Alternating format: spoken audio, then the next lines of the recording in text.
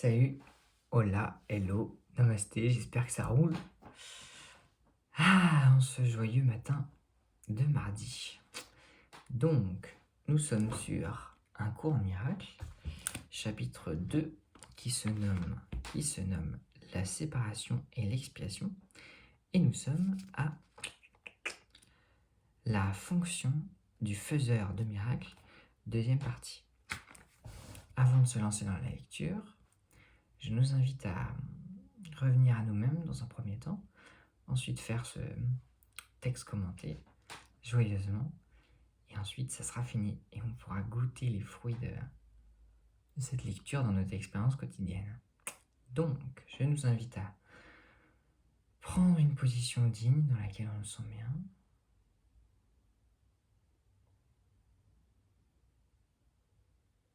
Revenir à la présence inhérente à l'être que nous sommes. Et à cette vague respiratoire qui se produit naturellement.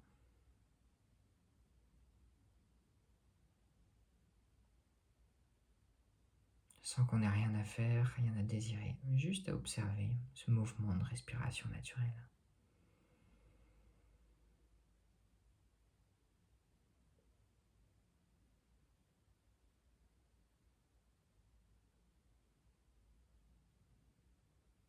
Sentir cet aller, vient.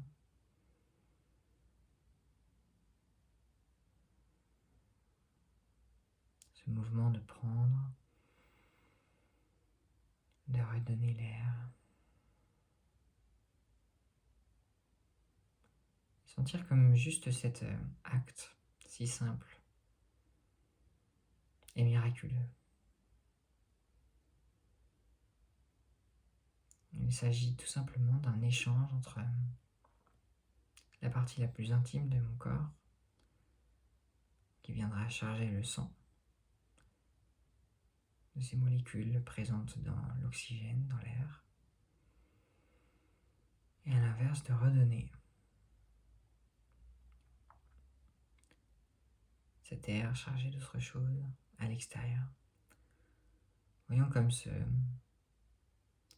cet acte simple de respiration est un échange constant entre la partie la plus intime qui coule dans mon corps et l'extérieur. Et pour aller plus loin même dans tous les végétaux, quoi. Respirer, c'est un échange avec les végétaux, un échange avec le monde.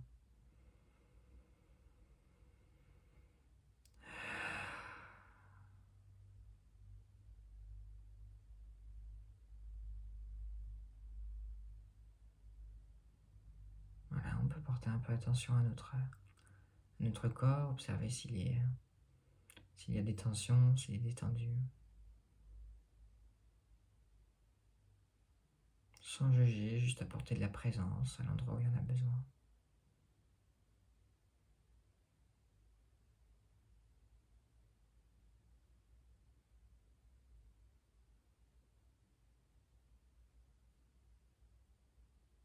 Voilà, j'inspire, je sais que j'inspire en conscience. J'expire, je sais que j'expire. J'inspire, je sais que j'inspire. J'expire, je sais que j'expire.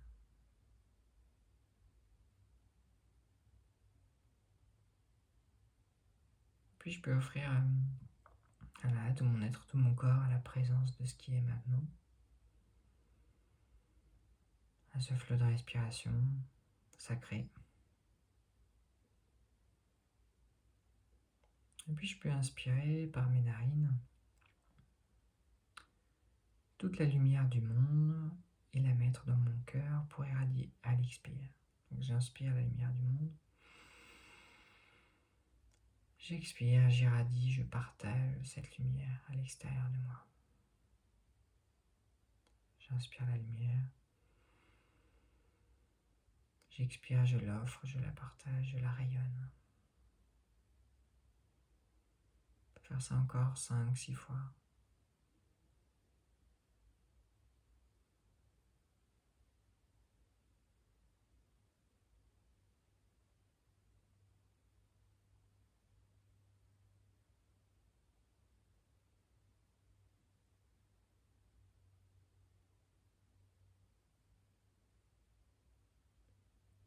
Et enfin, pour inspirer un grand sourire et l'offrir à nos pieds. Voilà, j'offre mon sourire à mes pieds. J'inspire, je sais que j'inspire. J'offre un sourire extraordinaire à mes pieds et je vois ce que ça se passe, ce qu'ils s'ancrent davantage.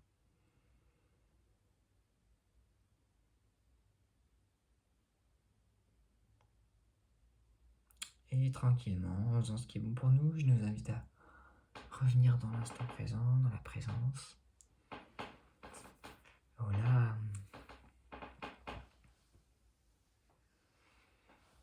Ok. Super. Cool. Bon. On va pouvoir commencer. Donc comme d'hab, avant chaque lecture d'un cours miracle, je nous invite à ne pas croire ce qui est dit, mais à le goûter, à ne pas essayer de le comprendre, mais à le savourer, parce que c'est déjà ce que nous sommes, ce livre. Et quand je disais de ne pas croire, c'est parce que la croyance, elle est sympa, mais ce qui est encore mieux, c'est de voir une idée qui nous intéresse. Donc là, c'est à partir de notre propre ressenti, de prendre cette idée. Si dans tout le partage, il y a une idée qui vous fait kiffer, prendre cette idée et voir qu'est-ce qui se fait si j'expérimente ma vie quotidienne avec cette idée. Un peu comme si les idées, c'était des lunettes. On le met. Est-ce que ça me met en joie de voir qu'on est connectés les uns les autres ou pas? Est-ce que ça me met en joie telle chose, telle chose? Et ensuite de faire votre salade et de sélectionner, juste à partir de votre ressenti, de votre cœur, de votre joie, quelles sont les idées que j'ai envie de tirer, quelles sont celles que je laisse passer qui ne m'intéressent pas. Je souhaite que dans cette lecture soit vu ce qui a le plus besoin d'être vu, entendu ce qui a le plus besoin d'être entendu, compris ce qui a le plus besoin d'être compris, goûté ce qui a le plus besoin d'être goûté, senti ce qui a le plus besoin d'être senti, pour nous rappeler voilà, à qui nous sommes réellement et à notre joie naturelle. Amen.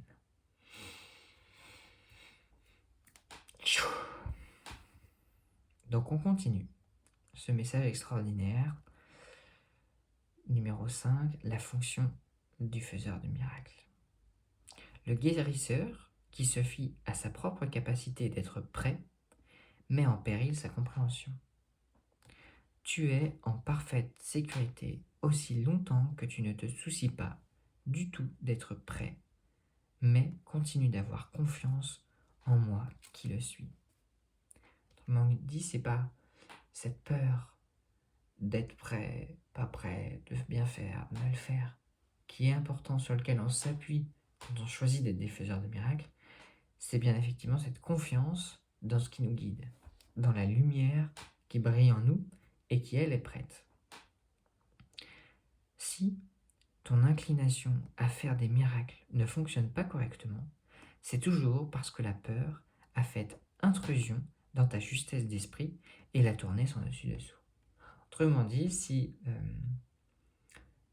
les miracles que tu entreprends de faire ou que tu as envie de laisser faire passer à travers toi ne fonctionnent pas, c'est pas parce que t'es naze, c'est juste parce qu'il y a une partie de toi qui a encore un peu peur et qui est pas prête en fait à faire ça. Donc sur ça, douceur, amour, paix, accueil de cette peur en moi et ensuite, je laisse passer. Mais je ne doute pas de ma capacité. Je reste conscient et confiant que s'il y a ce truc-là qui ne se produit pas, c'est juste parce que je reviens à mon pouvoir créateur, j'en prends la responsabilité. Je dis, ok, peut-être que j'ai pas encore vie, peut-être que j'ai encore des peurs.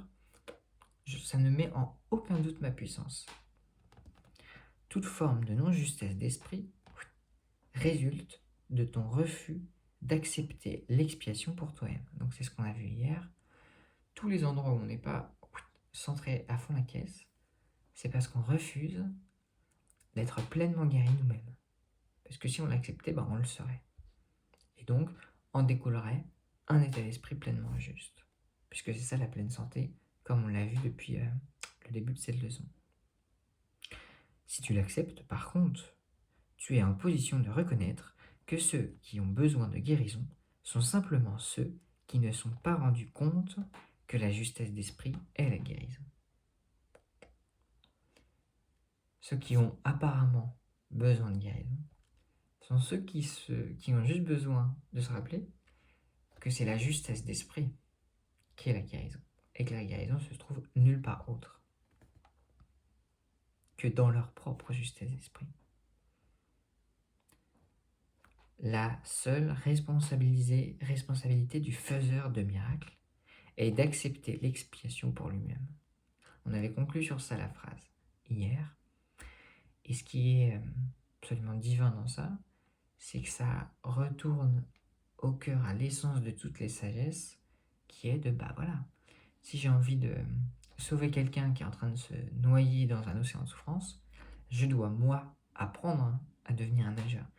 Et comment est-ce que je dois apprendre à devenir un nageur? Tout simplement en m'offrant à ce retour de la guérison pour moi, donc en choisissant de guérir moi-même. Et de me rappeler qui je suis. Parce que quand je me rappelle qui je suis, automatiquement, les autres se rappellent qui ils sont. Pourquoi? Parce qu'ils ont un exemple réel, incarné, de ce qu'il est possible d'être.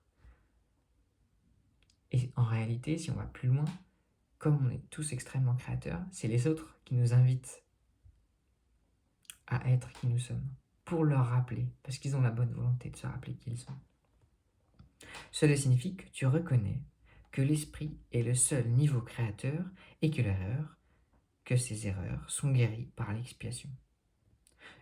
L'expiation, comme on a dit, c'est quand, dans l'obscurité de nos tristesses, de nos ténèbres intérieures, cette maison sur laquelle on a fermé les volets, à la source qui nous a fait, à la vie, à Dieu, peu importe comment on l'appelle, comme disait Amma, le mot eau de l'eau, on peut le dire dans toutes les langues, ça sera des mots différents, mais ça ne change pas et ça ne change rien à la nature de l'eau. Donc l'expiation, c'est tout simplement quand je dis ok, je me suis coupé de ce truc-là, je réouvre les volets, je mets de la lumière en moi. C'est ça notre responsabilité en tant que guérisseur, en tant que faiseur de miracles. D'accepter de réouvrir notre cœur, notre esprit, à la lumière qui nous a fait naître. Une fois que tu acceptes cela, ton esprit peut seulement guérir. Ouais, quand on ouvre les rideaux, la lumière vient naturellement et l'obscurité diminue. En niant à ton esprit ton potentiel destructeur et en rétablissant son pouvoir purement constructif, tu te mets en position de défaire la confusion de niveau en autrui. Quand je réouvre les volets, que cette espèce de vague de tristesse, de tout ce que tu veux, qui est non juste, se retrouve dissous par la partie saine de mon esprit, par la source. Alors à ce moment-là, juste en étant, j'aide les autres. Je peux aider les autres à partir de ce moment-là. Si je choisis d'aider les autres quand mes volets sont fermés à ma source, bon, ça peut être sympa. Mais est-ce que c'est l'optimum?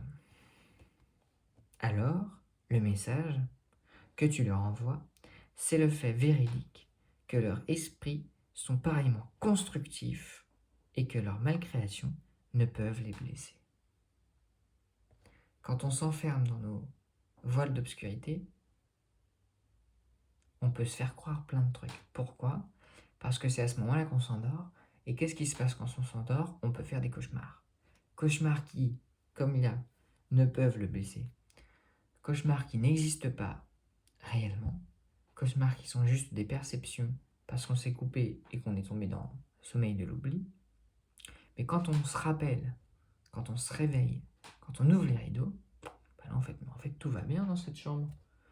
Peut-être j'ai envie de réorganiser, mais tout va bien, il fait totalement jour, il n'y a pas les monstres que je m'imaginais, etc. En affirmant cela, donc en se réveillant soi-même et en permettant aux autres de se réveiller, en affirmant cela, et qu'il n'y a pas de possibilité de se blesser avec des rêves, avec des cauchemars, en affirmant cela, tu libères l'esprit de ce qu'il surévalue ses propres mécanismes d'apprentissage et tu ramènes l'esprit à sa véritable position d'apprenant. Pause.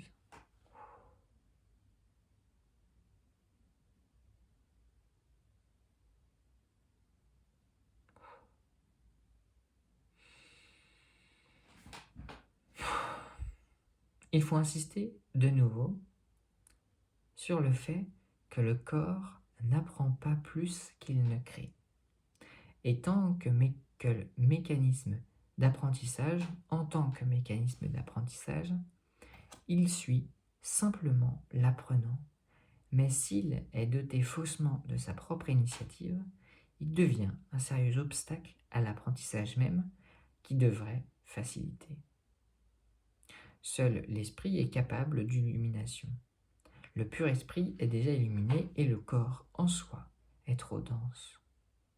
L'esprit peut toutefois apporter son illumination au corps en reconnaissant que celui-ci n'est pas l'apprenant et qu'il n'a donc pas la possibilité de l'amener à apprendre. Toutefois, le corps peut facilement être aligné sur un esprit qui a appris à regarder par-delà le corps vers la lumière. Petite pause. Voilà, je me centre et joyeusement j'offre cette apparente non-compréhension de ce paragraphe pour moi à la pleine compréhension que nous sommes, que tu es, que je suis, afin de me rappeler que c'est ce que nous sommes et donc c'est ce qui nous sera donné. Parce que je n'ai pas besoin de chercher à avoir quelque chose que j'ai déjà.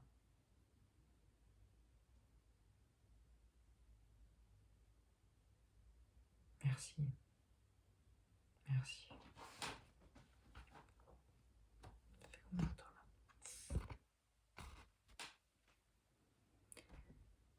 Un apprentissage correct commence toujours par l'éveil du pur esprit et l'abandon de la croyance en la vue physique. Je ne sais pas où ça nous emmène, mais ça nous y emmène. Cela entraîne souvent de la peur, parce que tu as peur de ce que la vue spirituelle va te donner. J'ai dit plutôt que la partie saine de ton esprit ne peut pas voir l'erreur et qu'il est capable seulement de regarder au-delà vers la défense de l'expiation. J'ai juste envie de faire petite bulle là par rapport à ce qui a été dit juste avant et la différence entre le corps et l'esprit, qui est juste une inspiration un peu singulière. C'est effectivement quand je place la nature de mon être dans l'esprit, comme le font tout un tas de traditions spirituelles et de sagesse. Ça a plusieurs vertus, et notamment moi quand je lis ça, une vertu qui me paraît utile, c'est pas du tout celle d'ignorer le corps, au contraire c'est très bien, c'est très chouette d'en prendre soin et de l'aimer quoi. Mais, ou alors, quand je choisis de m'identifier à l'esprit, je choisis de m'ouvrir à la possibilité que peut-être que cet esprit est éternel. Là où on a constamment l'expérience que le corps ne l'est pas. Et c'est magnifique parce que c'est ce qui fait sa singularité et ce mouvement de vie que, bah oui, je nais, je grandis, je vais à l'apothéose de mon être, pleine force, et ensuite, ça diminue, je meurs. Et peut-être, suivant nos traditions, suivant ce qu'on croit, ça fait un cycle.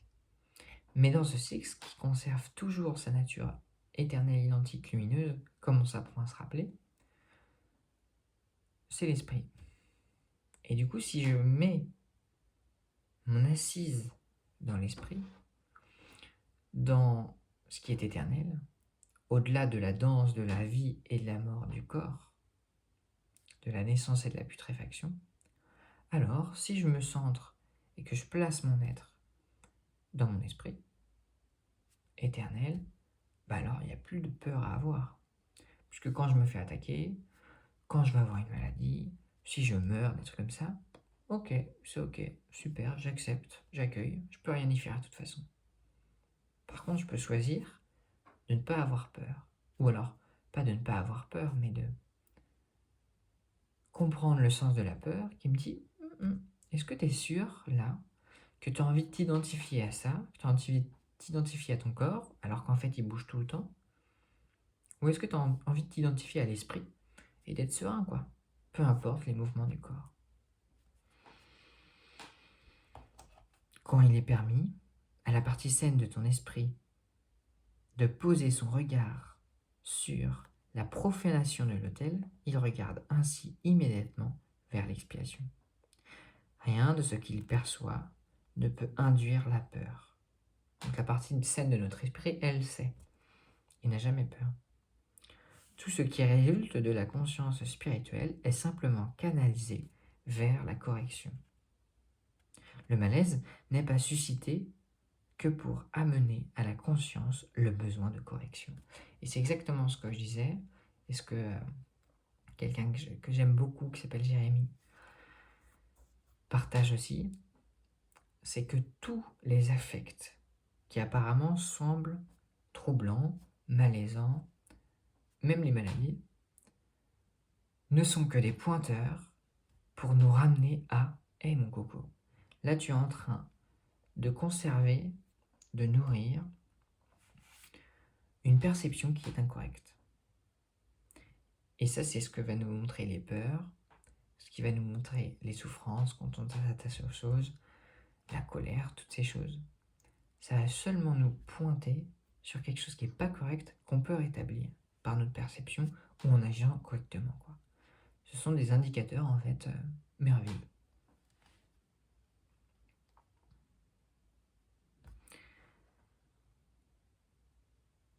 Donc je répète juste la phrase parce qu'elle est magnifique.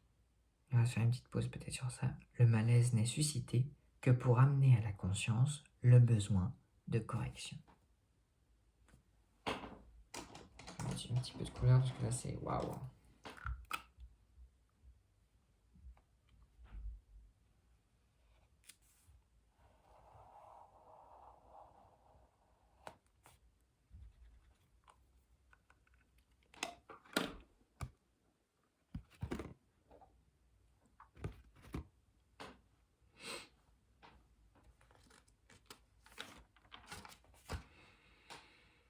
Je crois que j'ai envie de faire une pause là, moi. Donc ça sera en 3 parties. Super.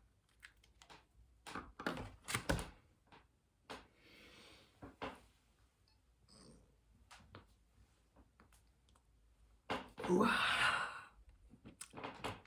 Merci d'avoir été présente avec moi pour ce temps.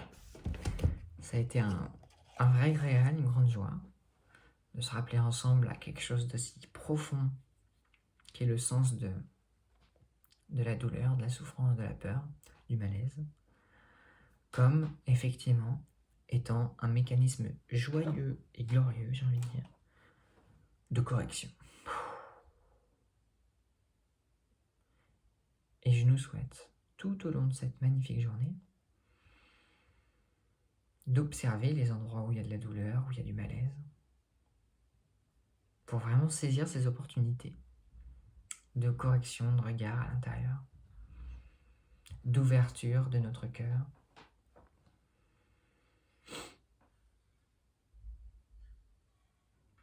et de choisir qui nous sommes aujourd'hui.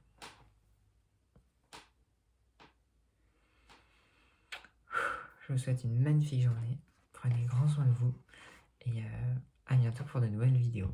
Ciao.